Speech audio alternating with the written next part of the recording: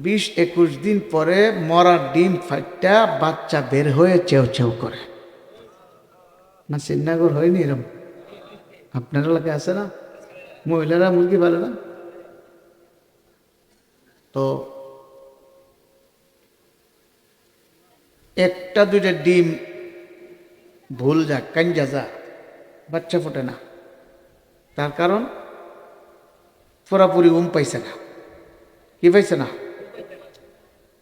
পাখনার বাইরে ছিল।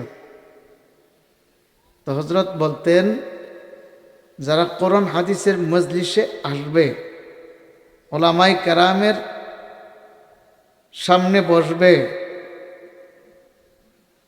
প্যান্ডেলের ভিতরে আসবে, ফেরেশতাদের বেষ্টনীতে থাকবে, আল্লাহ তাআলা আল্লাহ পাকের রহমত আর সাকিনার দ্বারা তাদের কলব মরা দিল আল্লাহ জিন্দা করে দেবে। যে দিল মরে গেছে এর নমুনা, এর বাস্তবতা চরমনায় গেলে, টঙ্গীর ইস্তেমায় গেলে, বড় বড় হযরত বুজুর্গানে দ্বীনের খানকার মাহফিলগুলোতে গেলে এর নমুনা পাওয়া যায়। কথা কই না? ঠিক না? মরা দিল যে জিন্দা হয়, বহু হাজারো লাখো বেনামাজি, দাড়ি ছাড়া, টুপি ছাড়া, গাঞ্জাখোর, মদখোর, বিড়ি চুরুট, এটা কোনো কথাই না। এরকম হাজারো লাখ মানুষ এগুলা ছেড়ে ভালো মানুষ হয়ে দাড়ি রেখে টুপি পরে, লম্বা জামা পরে, পাগড়ি পরে বাড়িতে ফিরে। ঠিক না? ওই মাহফিলগুলোরই শাখা নূরে মদিনা মাদ্রাসার মাহফিল। এখানে বরণার মতো বরণার হযরত আসছেন, এত বড় বুজুর্গ, আরো হাক্কানি উলামায়ে কেরাম আসতেছেন, বয়ান করতেছেন, চলবে। এই মজলিসগুলা ছেড়ে এখান থেকে যারা দূরে আছে, এই মজলিস থেকে যারা দূরে আছে, তারা মনে করেন ওই যে 2-1টি ডিম ভুল যা কাঞ্জা যা বাচ্চা ফোটে না, এদের মতো। কথা কয় না? ঠিক না বেঠি? এরা রহমতের ভাগ পায় না, সাকিনার ভাগ পায় না। রহমত আর সাকিনার ভাগ পাবে যারা মজলিসে আসবে, মূল প্যান্ডেলে যারা আসবে। আপনারা যারা আসছেন একজনও ঠকেন নেই, শুকরিয়া আদায় করতেন না। আমার শাইখুনা ও মুর্শিদুনা হযরত ওয়ালা আমিরুল মুজাহিদিন পীর সাহেব চরমনায় রহমাতুল্লাহ আলাইহি বলতেন, যারা হক্কানি আলেমের বয়ান শুনতে আসবে, বয়ান শেষে আখিরি মোনাজাতের পরে বিদায় হবে, প্রত্যেকের আমল নামায় 50 লক্ষ নেকি এর কমে জমাই হইতে পারে না। আর আল্লাহ তাআলা বলেন, আল্লাহু ইউযাইফু লিমান ইয়াশা। এ বান্দাবান্দি 50 লক্ষ কেন, আমি আল্লাহ ইচ্ছা করলে 50 কোটি নেকও দিতে পারি। নেক দেওয়ার মালিককে মুখ খুলে জোরে খাও, আল্লাহ এত নেক দিবে। আর এরকম একটা মাহফিলে আল্লাহ আমাদেরকে নিয়ে আসছে, হাজার হাজার মানুষ থেকে বাছাই করে আমাদেরকে নিয়ে আসছে। কত মানুষ রাস্তায় ঘুরতেছে না? কথা কই না?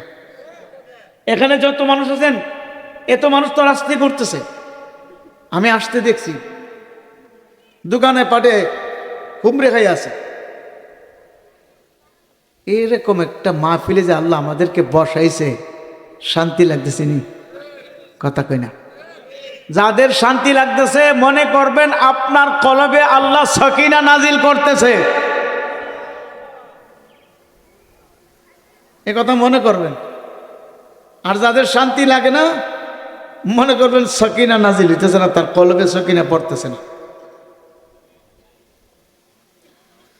এর জন্য কি শুকরিয়া আদায় করা লাগে না? সবাই করে না।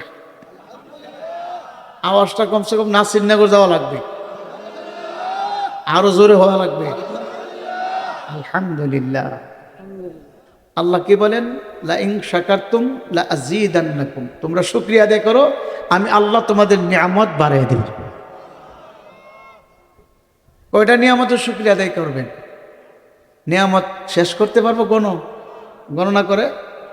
আল্লাহই বলছেন ওয়া ইন তাউদ্দু নি'মাতাল্লাহি লা তুহসুহা, আমার দেওয়া নিয়ামত গণনা করে শেষ করার ক্ষমতা তোমাদের নাই। সবচেয়ে বড় নিয়ামত আল্লাহ আমাদেরকে বিনা দরখাস্তে মুসলমান করেছে, সবচেয়ে বড় নিয়ামত। ইচ্ছা করলে হিন্দু বানাইতে পারতো কি পারতো না? খ্রিস্টান, ইহুদি নাসারা পারতো কি না? বহুত বড় নিয়ামত। শুনেন, আমাদেরকে আল্লাহ তাআলা নিয়ামতের শুকরিয়া আদায় করতে বলছে। আমরা আল্লাহ শুকরিয়া ঠিকভাবে আদায় করি না, কিন্তু আল্লাহ পাকের মাখলুকাত সবাই আল্লাহ শুকরিয়া আদায় করে। কি করে কি না? মুসা আলাইহিস সালাম তোর পাহাড়ে যাইতেছে। কোথায়? কথা বললেন না, কেমন আছে এমনি তাও এইদিকে চাও, কোনো কথা শুনবা না। আমি বয়ান করে গেলে গা হারাইলে আমার দিয়া যেমনি আছে কথা না, আমার কথা যুদ্ধ আছে, আমি আরাম পাইতেছি। প্যান্ডেলের ভিতরে বোঝা জানি, বাইরে যা শোনানোর দরকার নাই। প্যান্ডেলের ভিতরে যারা আসছে এদের বয়ান শুনুন, হক বেশি, কথা ঠিক না? যাই হোক, মুসা আলাইহিস সালাম তোর পারে যাইতেছে, একদল হাঁস, কি আরো জোরে কম, মুসা নবীর দিককেই দৌড়ে আইছে কাট কাট করে। ও পয়গম্বর মুসা, তোর পারে যাইতেছেন, আল্লাহ পাকের সাথে কথা বললেন। অনাবৃষ্টি, বৃষ্টি না হইতে হইতে খাল বিল শুকাই গেছে, পানির অভাবে বড় কষ্টে আছে। হাঁসের জন্য সবচেয়ে বড় সহায়ক আরো যারা কই না, একটু মাওলার কাছে সুপারিশ করেন, আল্লাহ রাব্বুল আলামিন একটু বৃষ্টি দান করে। আচ্ছা ঠিক আছে। এখন মুসা আলাইহিস সালাম মাওলার সাথে কথাবার্তা বলার পর্যায়ে বলে, মাবুদ, আসার পথে দেখছি একদল হাঁস আমার কাছে এসে সুপারিশ চাইছে, ওরা পানির অভাবে বড় কষ্টে আছে, আপনি কখন বৃষ্টি দিবেন এটা জানতে চাই। আমার মাওলা বলে, পয়গম্বর, ওদেরকে জানিয়ে দিও আরো 40 বছর পরে বৃষ্টি হবে। সুবহানাল্লাহ জোরে কইলাম।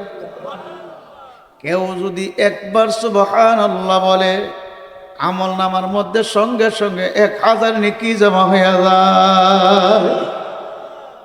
আরেক রাওয়ায়াতের মধ্যে আছে, আসমানে যত ফাঁকা জায়গা আছে সমস্ত ফাঁকা জায়গা রব্বুল আলামিন নেক দিয়ে পূর্ণ করিয়া দেয়। সাহাবায়ে কেরাম বলেন, হুজুর এক একটা নেকের ওজন কত? আল্লাহর হাবিব বলেন, সাহাবারা, উহুদ পাহাড় যদি এক পাল্লায় রাখো আর তোমার একটা নেক যদি অপর পাল্লায় রাখো, তোমার নেকের পাল্লাটা ভারী হয়ে যাইবে। এত নেক আমার মাওলা দান করবেন। কি খুশি না বেদা? নেক লাগবে কিনা? হ্যাঁ। তো মুসা নবী চিন্তা করলো, এত লম্বা সময় 40 বছর, এটা কেমনে শোনায়? চিন্তা করতেছে। যাই হোক, আসার পরে হাসার ধরে আবার বলল, ও পয়গম্বর, আমাদের কথা কি মনে ছিল? আল্লাহ পাক কোন সংবাদ শোনাইছে? হাসের দলের কথা শুনে বলে, হ্যাঁ সংবাদ তো শোনাইছে, কিন্তু তোমাদেরকে আমি কেমনে শোনাই? কি বলছে? আল্লাহ বলছে আরো 40 বছর পরে নাকি বৃষ্টি দিবে। হাসের দলে এক বাক্যে বলে, আলহামদুলিল্লাহ। এত খুশি, আলহামদুলিল্লাহ। মুসা আলাইহিস সালাম বলে, ব্যাপার কি? 40 বছর পরে বৃষ্টি দিবে, এটা শুনে এত খুশি? হ্যাঁ। এখন হাসের দলে বলে, ও পয়গম্বর, আমার মাওলা তো বলছে বৃষ্টি 40 বছর পরে দিবে, আশার তো একটা বাণী শোনাইছে, আমরা তো আশা করতে পারি একবার বৃষ্টি হবে, কিন্তু আমার মালিক যদি বলতো বৃষ্টি আর হবে না, তখন কি করতাম? এই জন্য খুশি হয়ে শুকরিয়া আদায় করলাম। সঙ্গে সঙ্গে রব্বুল আলামিন মুষলধারে বৃষ্টি অবতরণ করলো। আমার নবী, আল্লাহু আকবার, মুসা আলাইহিস সালাম, আমার আল্লাহু আকবার, আমাদের সেই আল্লাহর হাবিব সাল্লাল্লাহু আলাইহি সাল্লাম বর্ণনা কইরা গেছে, নবী মুসা আলাইহিস সালাম ডাক দিয়ে বলে, হাসের দলেরা এত খুশি, আর আমার মালিকও বৃষ্টি দিয়ে দিল।